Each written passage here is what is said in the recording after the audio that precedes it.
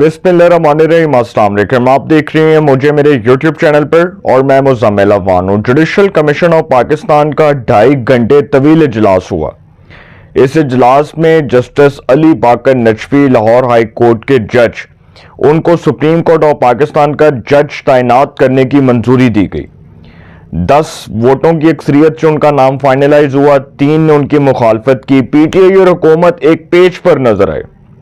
PTI और हुकूमत ने जस्टिस अली बाकर नजफी की बतौर जज सुप्रीम कोर्ट तैनाती के फैसले को दिल से कबूल किया और उन्होंने इनके हक में वोट दिया। पीटीआई ने भी इनकी फेवर में वोट दिया और नून लीग ने भी इनकी फेवर में वोट दिया। जुडिशल कमीशन ऑफ पाकिस्तान का जो ये इजलास था, इसकी सूरत हाल मैं आपके सामने रखने जा रहा हूं। आपको याद है कि इससे पहले जुडिशल कमीशन ऑफ पाकिस्तान के रुकन हुआ करते थे अख्तर हुसैन। बहुत साल वो जुडिशल कमीशन ऑफ पाकिस्तान के रुकन रहे। इस इजलास के अंदर एक जो बड़ी इंपॉर्टेंट बात थी वो ये थी कि जस्टिस अली बाकर नजफी की बतौर जज सुप्रीम कोर्ट तैनाती की जो मंजूरी है, उसमें सबसे अहम और कलीदी किरदार एहसन बोन साहब का है, जो साबिक सदर रहे हैं सुप्रीम कोर्ट बार के, जो मेंबर हैं जुडिशल कमीशन के। और वो मेंबर जुडिशल कमीशन के तब बने थे जब अख्तर हुसैन साहब ने बतौर जुडिशल कमीशन मेंबर रिजाइन करने का फैसला किया। उनके रेजिग्नेशन के बाद पाकिस्तान बार काउंसिल जो है उसने एतमाद के तौर पर एहसन बोन साहब का नाम पेश किया और एहसन बोन साहब जो हैं वो अक्सरियती वोटों के साथ जुडिशल कमीशन ऑफ पाकिस्तान के मेंबर बने।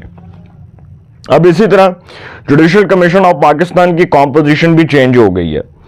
इस इजलास में जो जुडिशल कमीशन ऑफ पाकिस्तान का 2.5 घंटे तवील इजलास हुआ, इस इजलास में 4 मेंबरान जो 4 रिटायर्ड जजेस हैं उनको बतौर जुडिशल कमीशन मेंबर तैनात करने की मंजूरी दी गई।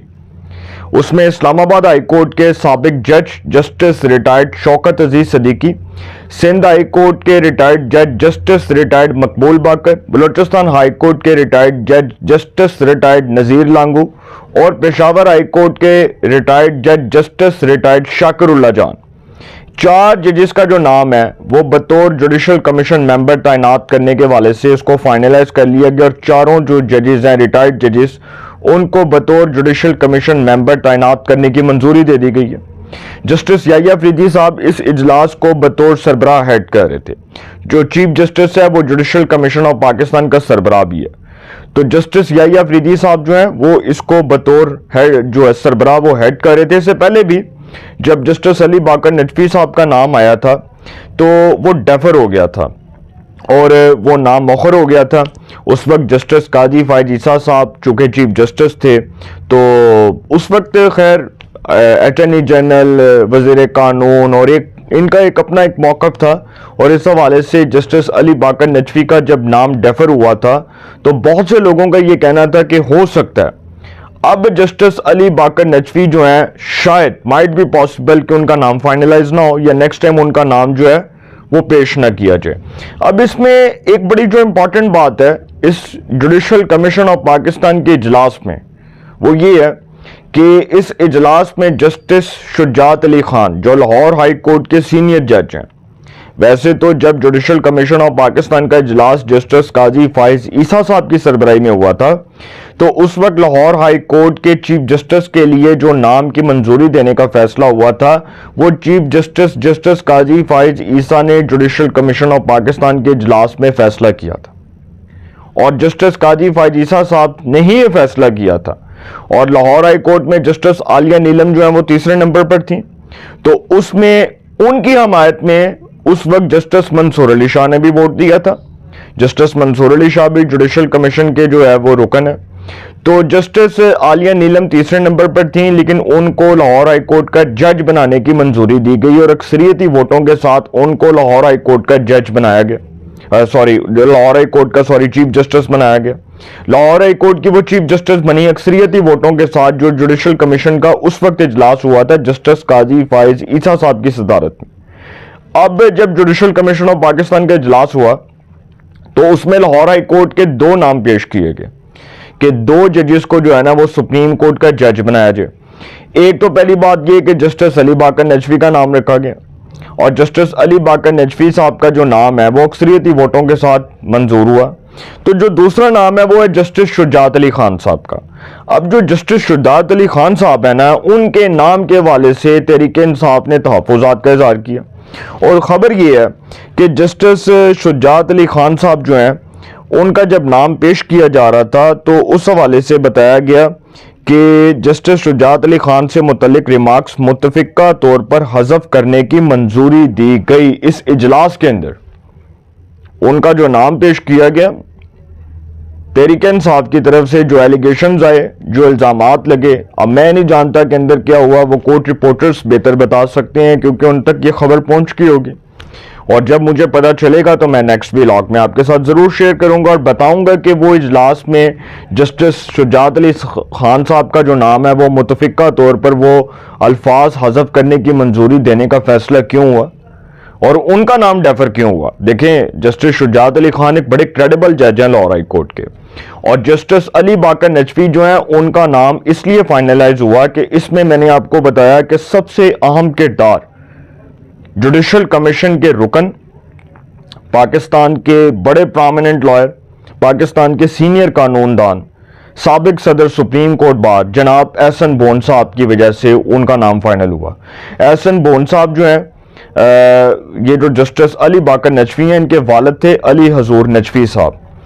पता चला है कि वो इनके शागिर्द हैं। एहसन बोन साहब जो इनके वालिद के शागिर्द हैं और एहसन बोन साहब जो है इनके वालिद की शागिर्दी में वकालत भी करते रहे हैं। और इनके जो वालिद थे ना, अली हजूर नजफी साहब, वो एक बड़े सीनियर वकील थे और लॉ के जो है ना, वो लॉ का जो सब्जेक्ट है उसमें वो पढ़ाते थे। आई थिंक पंजाब यूनिवर्सिटी में वो टीच करते थे। सुनने में आया कि वो एक बड़े मायानाज जो है ना लॉ के प्रोफेसर थे। और जस्टिस अली बाकर नजफी खुद भी बड़े क्रेडिबल जज हैं। उन्होंने इससे पहले जो सानिया मॉडल टाउन की जो रिपोर्ट है उसके वाले से उन्होंने फैसला दिया हुआ है। बड़े तारीखी उन्होंने फैसले दिए हैं, सियासी लिहाज से बड़े तारीखी फैसले दिए हैं उन्होंने। बहुत से जो है वो उनको अप्रिशिएट करना चाहिए, उन्होंने बड़े ज़बरदस्त फैसले दिए हुए हैं। और उनकी जो क्रेडिबिलिटी है वो ऐसी वैसी नहीं है कि कोई उसके ऊपर एलिगेशन लगा दे या कोई इल्ज़ाम लगा दे। वो एक बड़े क्रेडिबल जज तस्वर होते हैं और बड़े मायानाज और बड़े दबंग जज कहलाते हैं वो। और मैंने तो उनको नहीं खैर देखा, लेकिन मेरे जो चूंकि कुछ दोस्त हैं जो रिपोर्टर्स हैं, वो रिपोर्टेडली इस हवाले से बताते हैं कि वो बड़े ऑनेस्ट और एक बड़े लॉयल और एक बड़े ईमानदार शख्स हैं। अब उनका जो नाम फाइनलाइज हुआ है इस पर तो सर लोग बड़े खुश हैं और तहरीक इंसाफ भी खुश है, हुकूमत भी खुश है। और ये पाकिस्तान में पहली बार हुआ कि हुकूमत साइड और अपोजिशन साइड एक नाम के ऊपर मुत्तफिक हुई और उसके ऊपर हुकूमत और अपोजिशन एक पेज पर नजर आई। और ये फर्स्ट टाइम ऐसा हुआ है कि जुडिशल कमीशन के इजलास में ऐसा हुआ, जबकि आपको शायद याद हो या ना हो, मुझे याद है कि जब justice Gulzar chief justice of Pakistan थे, जो कराची से जिनका ताल्लुक था, जस्टिस गुलजार अहमद, जो बंदयाल आसफ सईद खोसा, उसके बाद शेख अजमत सईद, साकब निसार, उनकी तरह के वो जज थे ना। तो जब जस्टिस गुलजार साहब जुडिशल कमीशन ऑफ पाकिस्तान के इजलास को बतौर सरबराह हेड कर रहे थे, तो उस वक्त जुडिशल कमीशन ऑफ पाकिस्तान के दो अरकान थे। Justice Umar Ata Bandial most senior थे और जस्टिस काजी फैज ईसा दूसरे नंबर पर थे। और उस वक्त सबको पता था कि अगले जो चीफ जस्टिस हैं जस्टिस उमर अता बंदयाल होंगे। अच्छा, उस इजलास में क्या हुआ? उस इजलास में जस्टिस आयशा मलिक का बतौर जज सुप्रीम कोर्ट तैनात करने के वाले से नाम जो है उसको मंजूर करना था। जस्टिस आयशा मलिक के नाम की मंजूरी के लिए जुडिशल कमीशन ऑफ पाकिस्तान का इजलास बुलाया गया।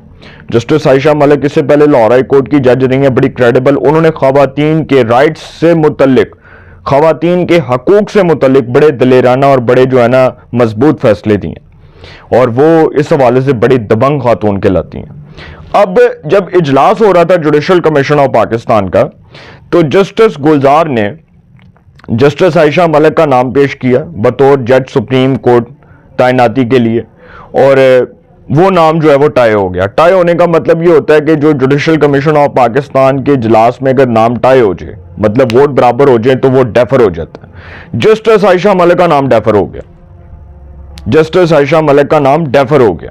उसके बाद फिर जुडिशल कमीशन ऑफ पाकिस्तान का इजलास बुलाया गया, और फिर जब जुडिशल कमीशन ऑफ पाकिस्तान का इजलास बुलाया गया तो फैसला यही हुआ कि जस्टिस आयशा मलिक का ही नाम आगे तजवीज़ करना। और उनका नाम जब आया तो उनको चीफ जस्टिस ने फाइनल कर लिया और जुडिशल कमीशन ऑफ पाकिस्तान में अक्सरियती वोट उनके हक में आ गए। अब इसी तरह जो जस्टिस शाहिद बिलाल हसन साहब हैं, लाहौर हाई कोर्ट के जज रहे हैं, अब वो सुप्रीम कोर्ट के जज हैं, उनका नाम जस्टिस काजी फायज ईसा साहब के दौर में फाइनल हुआ और पता चला कि वो बड़े दबंग और बड़े ज़बरदस्त जज हैं।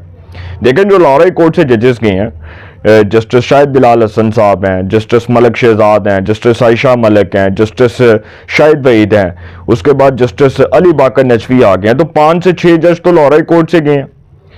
अब जुडिशल कमीशन ऑफ पाकिस्तान का जो इजलास है उसमें ये फाइनल हुआ कि ये जो जज साहब हैं इनको सुप्रीम कोर्ट ऑफ पाकिस्तान का जज मुकर्रर किया जाए।